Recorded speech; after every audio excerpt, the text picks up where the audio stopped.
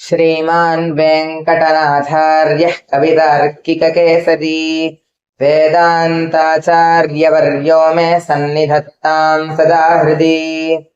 नमः पन्नगनद्धाय वैकुण्ठवशवर्तिने श्रुतिसिन्धुसुधोत्पाद मन्दराय गरुत्मते।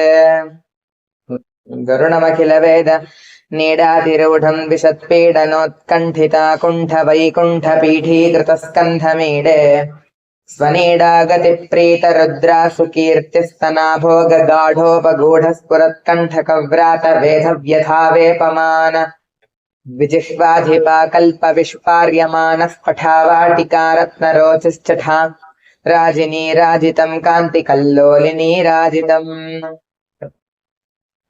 जय गरुड सुपर्ण दर्वीकराहार देवाधिपाहार हारिन्दिवौकस्पति क्षिप्तदम्बोळिदाराकिणाकल्प अल्पान्तवातूलकल्पोदयानल्प वीरायुतोद्यत्समत्कार दैत्यारिजैत्रध्वजारोह निर्धारितोत्कर्ष संकर्षणात्मन् गरुत्मन् मरुत्पञ्चकाधीश सत्यादिमूर्ते नमश्चित् समस्ते नमस्ते पुनस्ते नमः।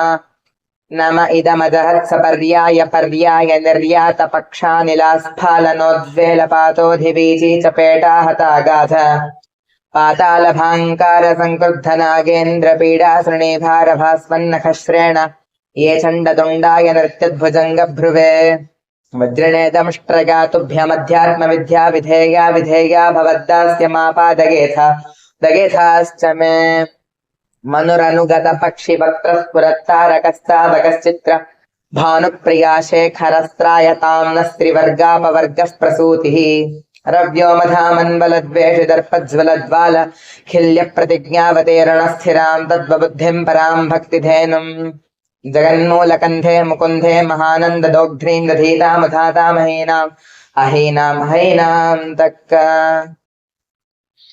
षट्त्रिंशद्गणचरणो नरपरिपाठी नवीनगुम्भगणः विष्णुरथदण्डकोऽयं विघटयतु विपक्षवाहिनी व्यूहम् विचित्रसिद्धिदः सोऽयं वेङ्कटेशविपश्चिता गरुडध्वजतोषाय गीतो गरुडदण्डकः कवितार्किकसिंहाय कल्याणगुणशालिने श्रीमते वेङ्कटेशाय वेदान्तगुरवे नमः इति श्रीगरुडदण्डकम्।